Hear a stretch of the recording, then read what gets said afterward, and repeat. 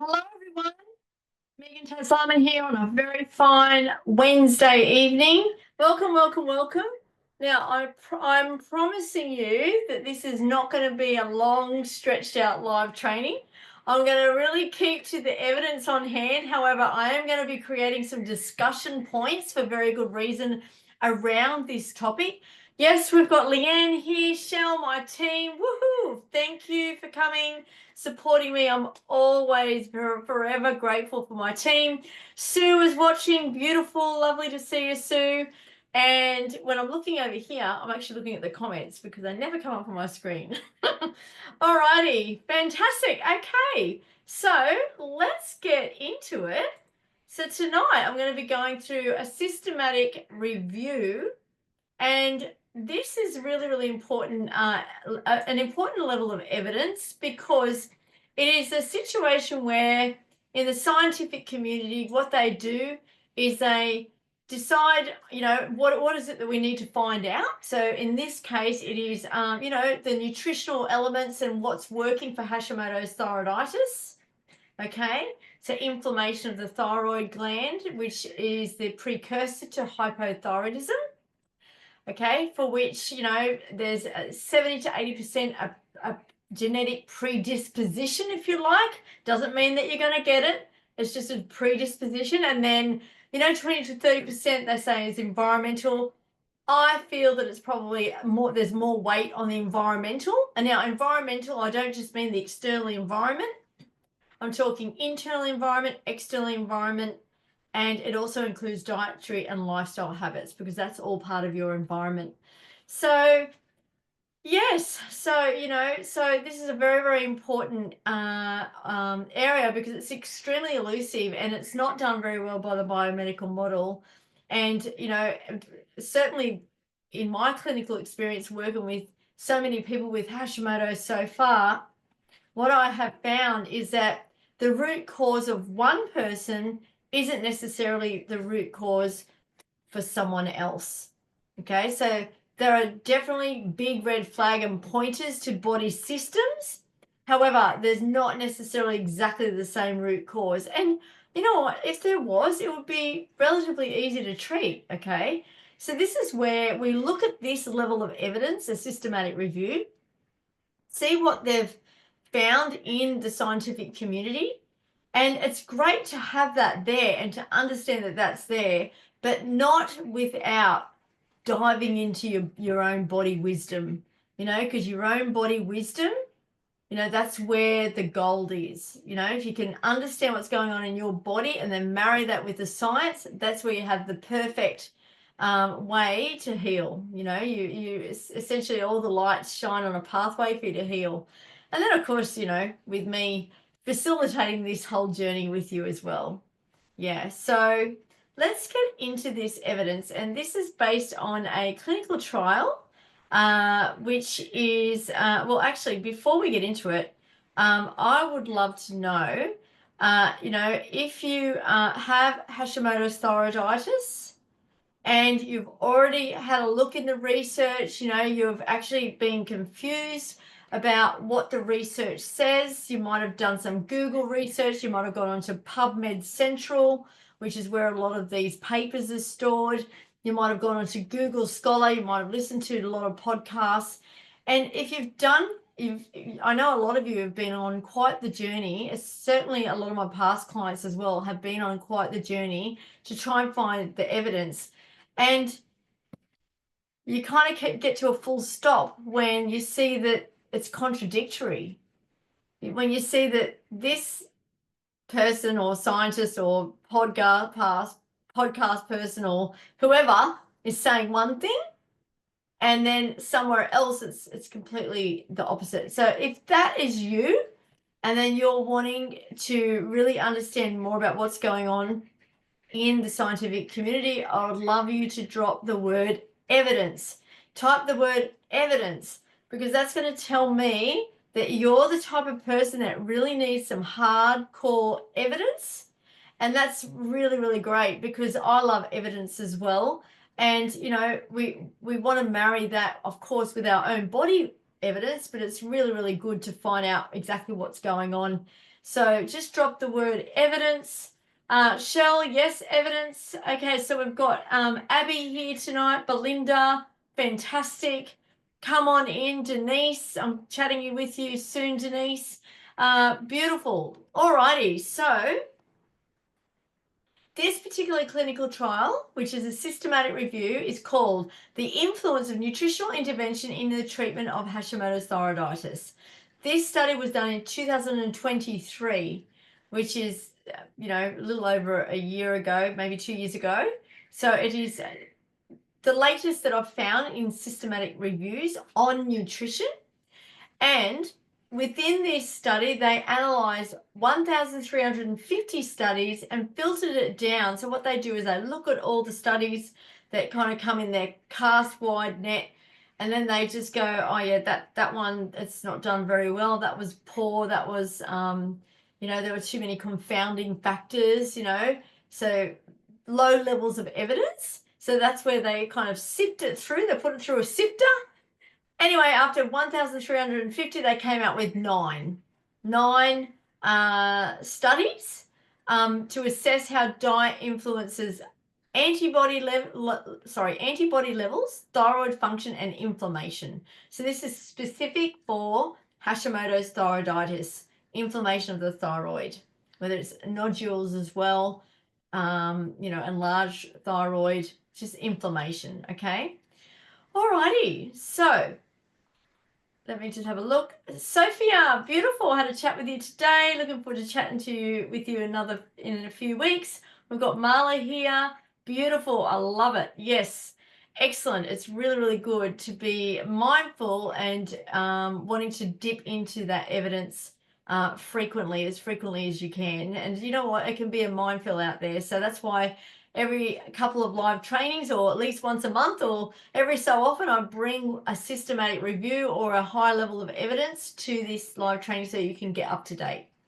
Okie doke. So key dietary interventions were studied for their effects. So the first one we're going to talk about is the gluten-free diet. So what does the research say?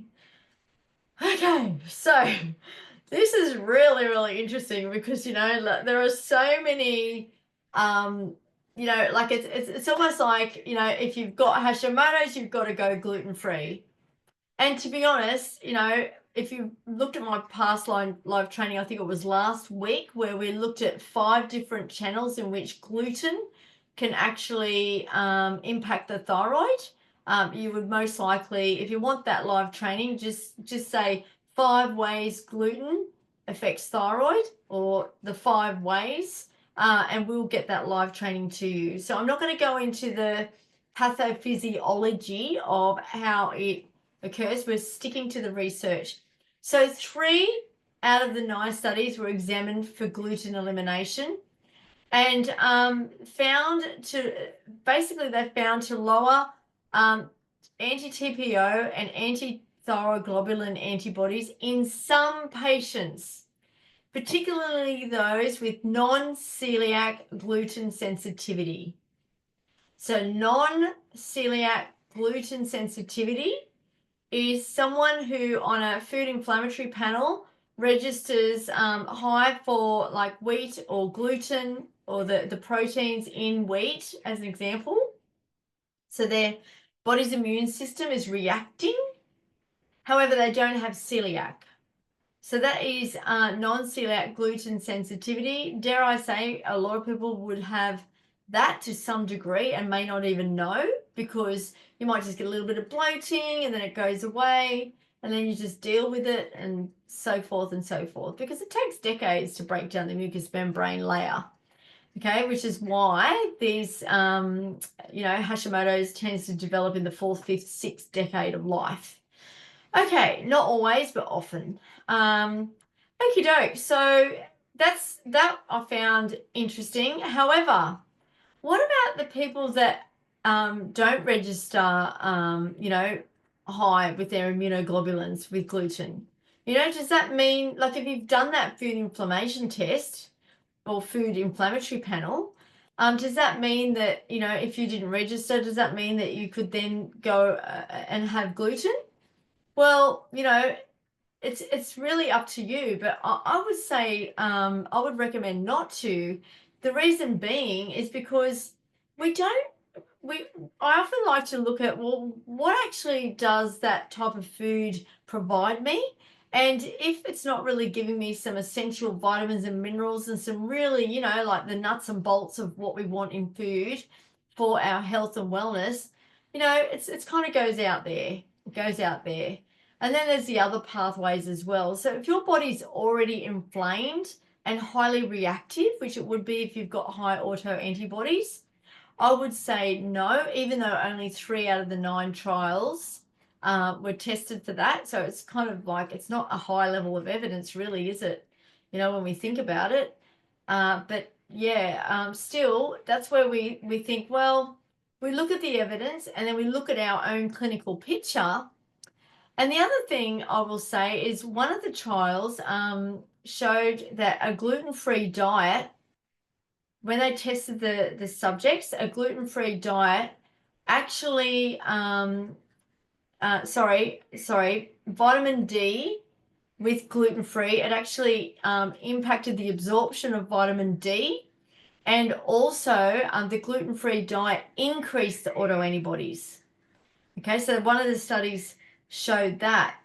But when I looked at it, when I looked at the actual mechanism of the study, that particular gluten-free diet was just pulling out wheat grain cereal and putting in gluten-free cereal grains. Now, for those of you who are watching, who are already working with me, you're going to know why that would most likely increase the autoantibodies. You're going to know. But for everyone else, in case you don't know, I'm going to tell you. Because when we have a processed food, especially a gluten-free food, which is trying to be something else, often there's a lot of other rubbish in it. There's a lot of other E numbers, fillers, and ingredients. So to me, it's no surprise that when we're just swapping out that and putting that in, that it may increase the autoantibodies, because I've said in previous live trainings, is a gluten-free diet advantageous? Not always, because it depends on how you're doing it. It depends on how you're doing it. So if you want more information on that, just type gluten-free. I've done so many different live trainings on gluten-free. I probably should package it up in a little series. Just so that you can be across the board with all of that, with what's going on. Okay, so that was really interesting. Now, there are no major effects on TSH free T4 and free T3, okay, meaning that the intervention was highly individual. So we already know that if we're not supporting our thyroid gland, the endocrine system, and all the systems with the right matrix of minerals, well, then just cutting out something isn't necessarily going to improve your thyroid hormones, okay? Alrighty, so should everyone with Hashimoto's go gluten-free?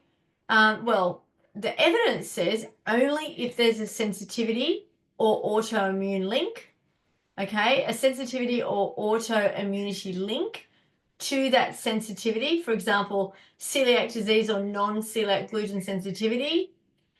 I still maintain that we really look at the individual and, really tread on eggshells there. Like, we've got to be really careful because, if it depends. It's like, it's almost in the scientific community and in the naturopathic community, it's almost like, and with a lot of clients and people that I speak to, it's like, oh, I'm gluten-free. Oh, I've been gluten-free, but it hasn't really worked. Or I've been gluten-free, but yeah, I'm still unwell. I've been gluten-free for 30 years, still no change, not really. So when I hear this, my first thoughts are, it's not about the gluten-free. It's about what else is going in. It's about the proportions. It's about the quality. It's about all the other elements that actually potentially caused this issue in the first place. And honestly, if you're just doing one thing that's kind of plucked out and put up there as like a little golden nugget that we've got to do this, you know, you're really missing the big picture. So yeah, it's only a small thing to do. It's like a drop in the ocean. It's a drop in the ocean. If we're doing that and we're expecting big results, we're not going to get big results. We get big results with big change. We get big results with big shifts in mindset, in emotional well-being, in spiritual health, and in physical health. That's when we get the big transformations, which is why it's so incredibly holistic. And we don't want to just look at one thing without many other things. Let me just see if there's any other questions. Okay. All right. Ask any questions along the way. Ask any questions along the way. I would love to hear your questions. If I don't get back to them tonight, I will certainly circle back. Okay, so I'm going to move on to lactose free. Okay, so any impact on thyroid health? Okay, so one study focused within this systematic review focused on lactose elimination, specifically in people with Hashimoto's and lactose intolerance. Okay. In the lactose intolerant patients, removing lactose lowered the TSH, suggesting better thyroid function. Well, that makes sense because it's going to lower your inflammation. So essentially, it's going to potentially even allow you to absorb the nutrients, the minerals, selenium, iodine, etc., that actually help the biochemistry of the thyroid and help your thyroid to function well. So that makes sense. Now, those without lactose intolerance saw no benefit, reinforcing that this is a case-dependent scenario. Okay, so my big pointer on this one is they talked about lactose intolerance, but not dairy intolerance. So there's a difference because lactose is the carbohydrate or the sugar in the milk. Okay, it's the sugar in the milk. So when you look on the dairy milk and it says equivalent to, I think it's about maybe 10 grams of sugar, that's naturally occurring sugar, which is in the form of lactose in the dairy. All right. Now, you could be, and certainly this is the case with one of my clients, and you will know who you are. I'm not going to name you. You will know who you are, and you're watching here tonight. So, or if you're watching the replay. So, if you're going lactose free, and then you're still having problems, well, that's because it's more than just the lactose. It's actually, inflammation and an immunoglobulin reaction to the proteins in the dairy. You know, like the whey and the casein. Okay, so that was not mentioned in this systematic review. So this is why working with a naturopath such as myself, and there's many other naturopaths out there, it's not just me who does this,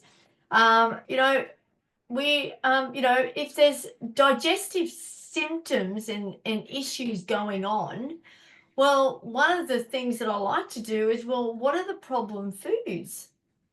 And doing this food inflammatory test, which actually also highlights the gut panel, gives a wealth of information because it tells me what's triggering that level of inflammation, which is then impacting the thyroid gland, amongst other systems or symptoms in the body. Okay, we have a question. What dairy should you be having?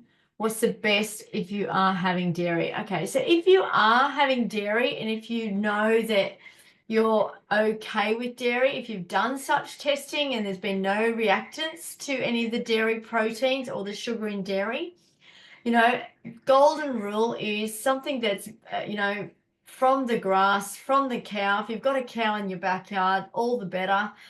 Something that's really, really close to nature, less processed, biodynamic, organic, of course, grass-fed. We want the animals to be looked after really, really well. And you could choose or trial a period of time of just going for raw milk. You could actually trial that just to see how your body tolerates that. However, I would also look at, less is more with dairy, because it just, in general, it does tend to be quite inflammatory. Personally, I showed negative with the food inflammatory panel, but dairy reacts with me. I know dairy reacts, me and dairy. I love dairy, don't get me wrong. Why is it that you really love the food that you can't have? I really do love dairy, but I know that it does have a reacting sequence in my body. So I just know that it's not great for me. And this is the thing, it's going to show up as different symptoms. It might show up as sneezing, or it might show up as, itchiness. It might show up with gastrointestinal symptoms.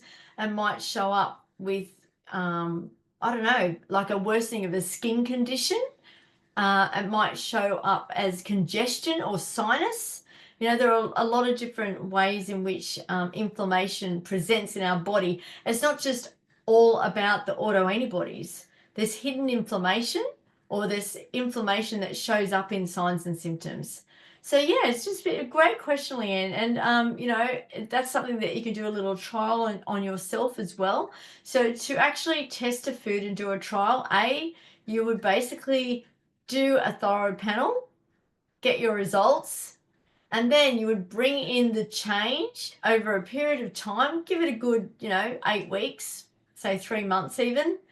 And then that would be the only thing you change. Everything else is virtually the same. This is going to be really hard to do because, your stress might change, and like there are so many other things.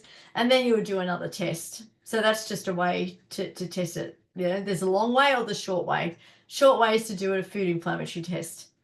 Alrighty. Okay, so has anyone, I'm just curious, has anyone had food inflammatory test, or do they know that they've actually tested, they've been tested for dairy and they know that they have a problem with dairy? Just write, or if you're suspecting you've got lactose intolerance or dairy intolerance, just type dairy check. I'd love to know, because not everyone's had this level of testing. Some people, they just know gut instinct. Some people just know that signs and symptoms, why they do better. But yeah, I'd love to know. Just, if you're suspecting an intolerance as such, just write or type dairy check and in the chat. And if you're watching the replay, just type that as well. Okay, number 3. Okay, this is going into Nigella Sativa, which is black seed. Now, this is really interesting. I was really surprised to look at this. Now, we know that this actually helps curcumin absorption in the body. Curcumin is one of nature's big anti-inflammatory agents. It's beautiful. It's wonderful if you don't have an issue with curcumin. When we absorb the curcuminoids, which are those constituents, they can be potently anti-inflammatory, helping all systems go with inflammation. Nigella helps that. However, on its own merit, 2 studies investigated Nigella Sativa, which is black seed, known for its anti-inflammatory and antioxidant effects or properties. And the results showed significant reductions in the TSH and the anti-TPO antibodies in those that were taking 2 grams per day across 8 weeks. Okay, there were also benefits. Additional benefits were improvements in weight and cholesterol, as well as oxidative stress markers. So 3 cheers for Nigella Sativa. Now we can actually get that in a herb as well, a herbal extract. That is something like the only time that would be a problem is if your body's reacting to the spice family or reacting to the seed, these types of seed families. And sometimes you can be taking what you think is a good thing, but your specific body doesn't like it. There's also a matter of dosage. So yeah, I just tread carefully there. And my huge recommendation for you, if you're watching this, is just don't.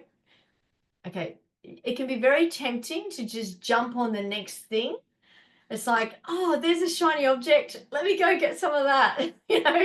Oh, there's a shiny object. Let me go get some of that. So I'm telling you now, these treatment interventions can be great. However, I'd be really, really cautious because we want to make sure that the foundations are solid. We don't want to be putting this in on rocky foundations because we want to make sure that our body is absorbing well and that we understand 100% what's going on in our body. However, it seems to be relatively safe. So that could be something. However, if you're thinking, oh yeah, I'm going to go and grab some of that at the shops tomorrow, and next month or the next 3 months my autoantibodies are going to be down, it's not as simple as that. That's all I'm saying. So with these clinical trials, we look at the evidence and we see, okay, well, that's interesting. That worked for this subsection population of people, this small group of people that worked. Does that mean it's going to work for the population and yourself? Not necessarily. So this is where we need to marry the evidence with your body evidence. So I hope that makes sense. Let me know if this makes sense. I'm certainly not damning that level of research. I'm just saying that there's often a lot more to consider than just one piece. All right, so is this a game changer? Well, it's promising. There are more studies needed. And the other thing that's really important to be mindful of is interactions with any other supplements or medications. But from my point of view as well, like I've had people, like a recent client, we did inflammatory testing, food inflammation testing, and they tested reactive to turmeric. I've had 2 people test reactive to turmeric. Of all things, and you think, oh, turmeric is just, so great. So, for those people reacting to turmeric, turmeric is within a family of other things. So then we look at the families, and then we basically look at lowering the food and the families of foods that have those same proteins, because it's your immunoglobulins reacting to the protein in that food. Alrighty, so let me know if you've got any comments or if you have any questions, please let me know. I'm just darting over here. Okay, I can't tolerate cow's milk. Very, very common. Absolutely, Sophia. And I would, if I were you, just plot that along your timeline. Have a look at your health timeline. Do you have memories of that when you were a child? Is it in your teenage years when you started menstruating? Is it in your early adult years? Was it just suddenly you woke up and you couldn't tolerate it?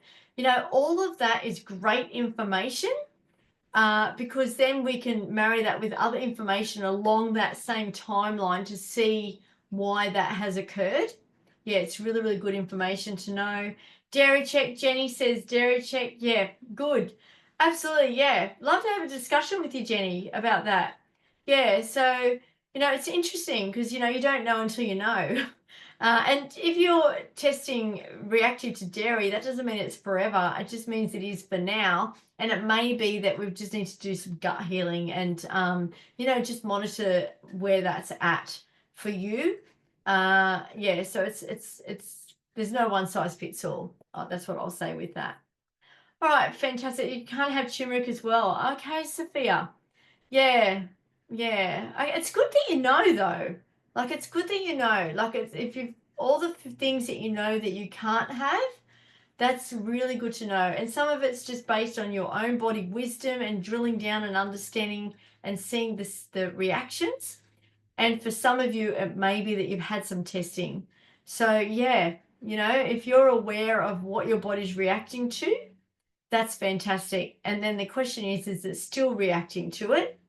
Or does that family of foods branch out to other foods that you may not be aware of? Okay.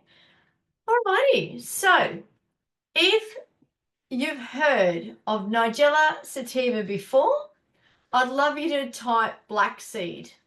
Okay, it's been kind of skirting around for a little while now, but I'm curious, like, who's heard of Nigella Sativa, otherwise known as black seed? just type black seed. Susie, hey Susie, haven't seen you for a while. Lovely to see you here.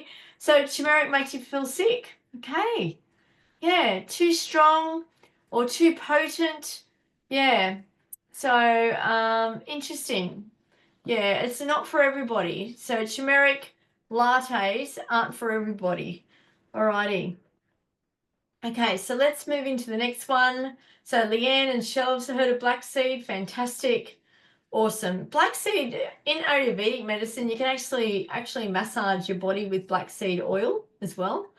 Yeah, it's I think it helps to calm down vata, if my memory serves me correctly, which is that really like flighty energy.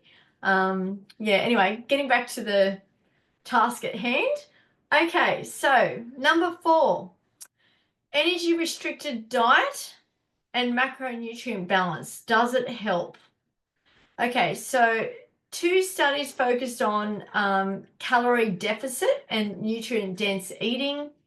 Found that reducing body fat significantly improved TSH, free T3, free T4, and the autoantibodies. So that's fantastic.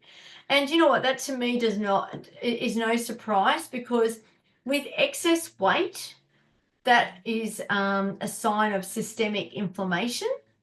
Okay, so when we're losing weight, when we're able to lose weight, because that, it's kind of like a chicken and egg scenario, or a bit of an oxymoron if you've got hypothyroidism, if it's gone on to hypothyroidism, because then there lies the difficulty in losing weight. Okay, so but when we've got the right mineral balance and the mineral ratios to boost your metabolism and heal the gut and heal all systems go, well, then your metabolism is able to clock in, and with the right diet for you and your body, yes, we will be able to shift the weight. There is absolutely no doubt about it. I've seen it. It happens more quickly for some people than other people. What we're looking for is a shift in the right direction, and then we tweak and change, and modify, and then there's another shift. So that's the real exciting part. And then at some point along that journey, things will flip and you'll go, oh, okay, I'm actually feeling satiated, the weight's dropping off, I'm feeling good now. Things are starting to improve because you're lowering that systemic inflammation. So when you're starting to feel good, typically the autoantibodies will decrease, because that is like a delayed effect of the inflammation in your body. Okay, now there was also a strong link between, as I've mentioned, between inflammation and excess weight. And this, the studies also looked at the Mediterranean diet approach. Now, I'm a huge advocate of the Mediterranean diet. I find it just fantastic. It's what like you can have modified versions. It's very, very low on things like, grains and dairy and things like that, but it's really, really high in vegetables and culinary herbs and all of those goods, and also lean proteins and fish with omega fatty acids. Okay, so of course fish have omega 3s, but essentially, it's about the ratio.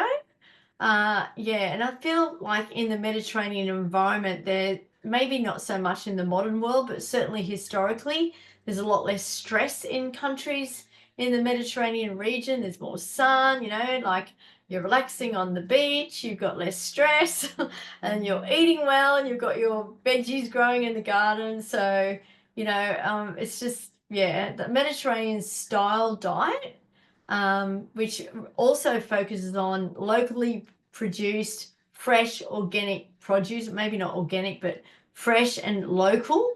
Yeah, there's a lot of great things to say about that, not just for Hashimoto's, but for lowering, cholesterol, for lowering and balancing blood sugar, for improving, issues with the cardiovascular system, and it just improving your longevity all round. So I'm not surprised with that at all. I love that approach.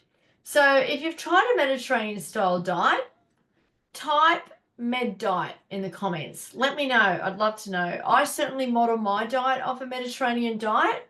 but without the gluten and, without the dairy. Sometimes it sneaks in, I'm only human too. But, typically without those foods, and certainly a plethora of lots and lots of vegetables that I know work for my body because I've done the research on my body. Yeah, I'd love to know if you've tried a Mediterranean style diet. Okay, so yeah, if you're, it's almost like, well, how can I lose weight when I've got a thyroid condition? You can lose weight. You just need to understand what's going on underneath the layers and underneath the pathology with what it's saying, so that we can heal those layers and really boost your metabolism and get your body working for you instead of against you. And once we're doing that, how long is a piece of string? For some people, it's a couple of months. I had one lady that started to drop weight pretty quickly. Mind you, her thyroid was pretty good. She didn't actually have a thyroid condition. She just had fatigue and symptoms of a thyroid condition. So sometimes that can be the case as well. You've got systemic inflammation. However, your thyroid is fine. So yeah, it's, a root cause can manifest in one person's body differently to another person's body, let's say. So yeah, it's just about getting that body wisdom, marrying it with the science, understanding what's going on in your body, and then mapping out a plan and working through that plan, essentially. And then you're going to get the results. Okay, so number 5 is iodine restriction. Is it more harmful than good? Now, I've spoken about iodine before. It is certainly what I call the Goldilocks mineral. A little bit too much can be problematic, too little can be problematic. Certainly if you're hypothyroid or you have Graves, it can be problematic. We don't want the thyroid hormones in mass production because they already are in overdrive. However, if you're hypothyroid or you have Hashimoto's, iodine, we need iodine to help our thyroid do its job to make the hormones. Okay, so we don't want to be just taking it willy-nilly. We don't want to just be taking drops without testing, measuring. The tests aren't accurate either. So we want to just really, my approach here is to really draw it in through foods as much as possible. And we want to make sure we're marrying that with selenium and other cofactors. Really, really important. So the evidence, one study tested restricting iodine in a population with excess iodine intake.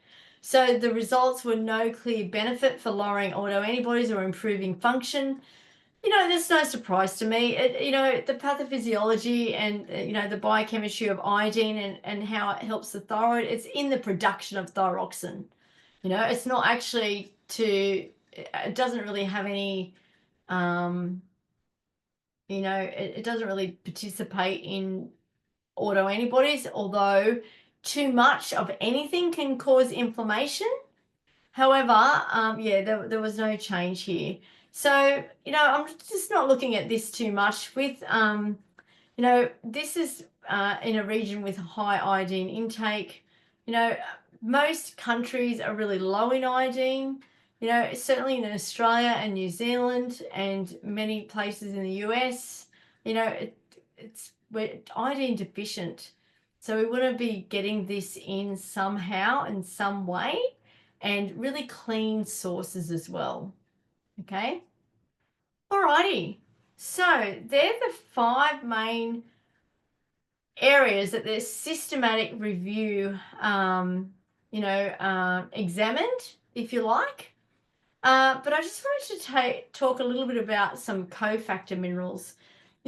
Just a little reminder that our thyroid, it doesn't work in isolation of everything else that's going on in the body. It works in harmony with everything else that's going on in the body. And we still do need the cofactors. However, we want to first acknowledge and understand why those cofactors may not be there before supplementing. But just a little reminder, selenium has a very, good research indicates that selenium brings down thyroid autoantibodies, TPO specifically, and selenium tends to be deficient, especially in Australia and New Zealand as well. Okay, very deficient. So, again, we're looking at micronutrients. The upper level for micronutrients in Australia is actually lower than the US. I only found out that the other day. Yeah, in the US, the upper limit is 400 micrograms. In Australia, it is 200 micrograms. Go figure. This is where, like even from country to country, they can't figure it out, So it's just, it's really interesting. So, if you're eating your Brazil nuts, that doesn't necessarily mean that you're getting your selenium, because the Brazil nuts grown in Australia and Australian soils are most likely selenium deficient compared to Brazil nuts grown in Brazil, where there's high amounts of selenium. So, just because you're eating your Brazil nuts doesn't mean you're getting your selenium intake. So that is something that can be tested, through functional testing. Less reliable through blood tests, but yeah, it's just really, really interesting to understand what's going on. And then, of course, we've got our other cofactors, our zinc, our magnesium, if that's something that your body is requiring. Again, that's something that we look at, through examining your whole health picture. And vitamin D. I need to mention vitamin D because you could be in the sun. I have some clients that say, "Oh, I'm in the sun all the time, and look at my skin. I'm in the sun all the time. I do triathlon, so I'm always in the sun. I've got a bit of a tanner. There's a bit of olive complexion there, so I get a tan quite easily. I dump vitamin D. I find it hard to maintain a high level of vitamin D. There's generally at least some point across the year that I'll need to supplement with vitamin D. Yeah, my body struggles to get above the 100, and I have other clients that go sky high with 3 to 6 months of supplementing. So it will depend on your genetic tendency with vitamin D. There might be a polymorphism on the vitamin D receptor, which is where it's absorbed. Vitamin D is actually really, really hard to absorb. Once it goes through and interacts with the melanocytes in your skin, it actually undergoes hydroxylation reactions in the liver and in the kidneys. Yeah, I think it's that way around, or the kidneys and then the liver. It's one or the other. And then it's absorbed, and then it turns into a vitamin. So it begins as a hormone and turns into a vitamin. So yeah, vitamin D is pretty easy to supplement. Again, know your numbers. Get to know what's going on. If you haven't had a blood test for a while with vitamin D, just type vitamin D. That is something that you should be able to get through your GP. Medicare covers it. They never used to. I used to pay for my vitamin D with my doctor. It's like, don't worry, just test it. I'll pay for it.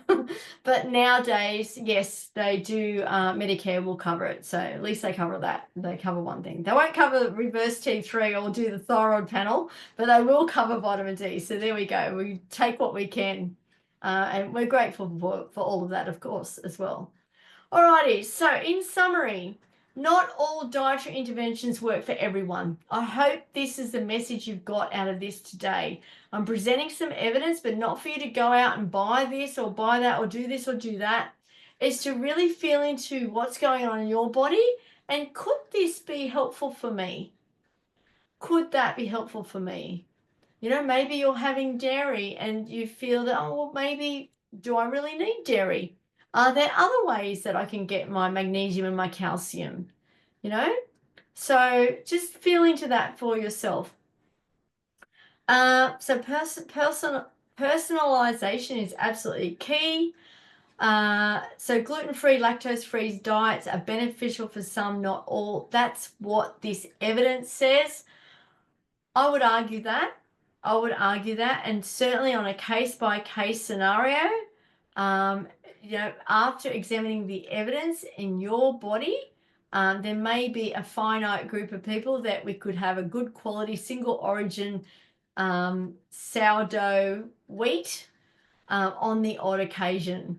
Okay, that's where I am. That's where I sit with it all at the moment. Might change because, the evidence is forever being updated, it's forever changing, and and then also the levels of testing are also getting so advanced. So we're really getting a lot more information to what we used to get even 10 years ago in the time that I've been working as a naturopath. Like the functional tests are really quite advanced, I would say, these days. Okay. Weight management, metabolic health absolutely impact thyroid function, 100%. If you haven't found a way to lose weight, it doesn't mean it's not going to happen. It's just that your own metabolic health hasn't been supported in the way that it requires. Okay, so there's some things that need to adjust. There might be quite a few things, depending on your own health picture. So it doesn't mean that that's always going to be the way. It just means that that is what it has been for you so far. And then let's look at this direction and let's look at that direction for you. Nigella Sativa is emerging and promising as natural support. Yep. Just like 10 years ago, curcumin was, so, we look at this evidence that's coming through, and, generally you'll find in a few years' time they're in a lot of supplements. They already are. I've seen Nigella in with a lot of supplements. Again, if we're just taking a supplement, how is that different to just taking a medication and expecting a result? Okay, it's not getting underneath the layers, looking at the big picture. Iodine intake definitely should be balanced, not too much and not too little. The most important takeaway, I hope you take this away. So the most important takeaway is there's no one size fits all. The longer I go in clinical practice, the more people I treat, the more I'm 100% certain of this fact, this truth, that there is no one size fits all. None at all. Okay, so understanding what's going on in your body, and that also will shift and change always. We're not stagnant, we're not static. We're evolving, like the planet is evolving, everything's shifting and moving. So if you embrace your health journey with a level of curiosity, and you're ready to invest in a level of functional testing and working with a team that can really support you heading in the right direction, just type, "I'm ready." Just type, "I'm ready," and we'll reach out to you and we'll have a conversation. I've had some beautiful conversations over the last week, and I'm really excited to have more conversations, because you don't know until you know. And sometimes this conversation is enough for you to really feel into what the right thing is to do for you, whether or not you come and work with me and my team or not. So if you're ready to have a discussion, just type, "I'm ready," and we'll connect and have a chat and take it from there. Alrighty, so that's it from me. Have a beautiful week. And just to let you know, next Wednesday, we're actually having a week off. We're not having a live training next Wednesday. We've got some other fun things that we're going to be presenting here in the group for you, some little resources for you to take. So it's not going to be just absolutely nothing going on.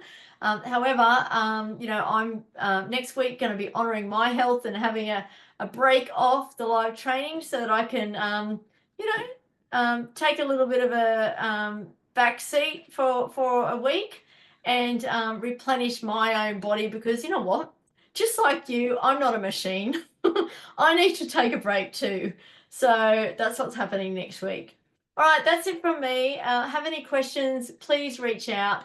We're here to support you on your journey, wherever you are on that journey. And from myself and Shell and Leanne, we wish the very best for you and your health journey. All right, that's it from me. Bye for now.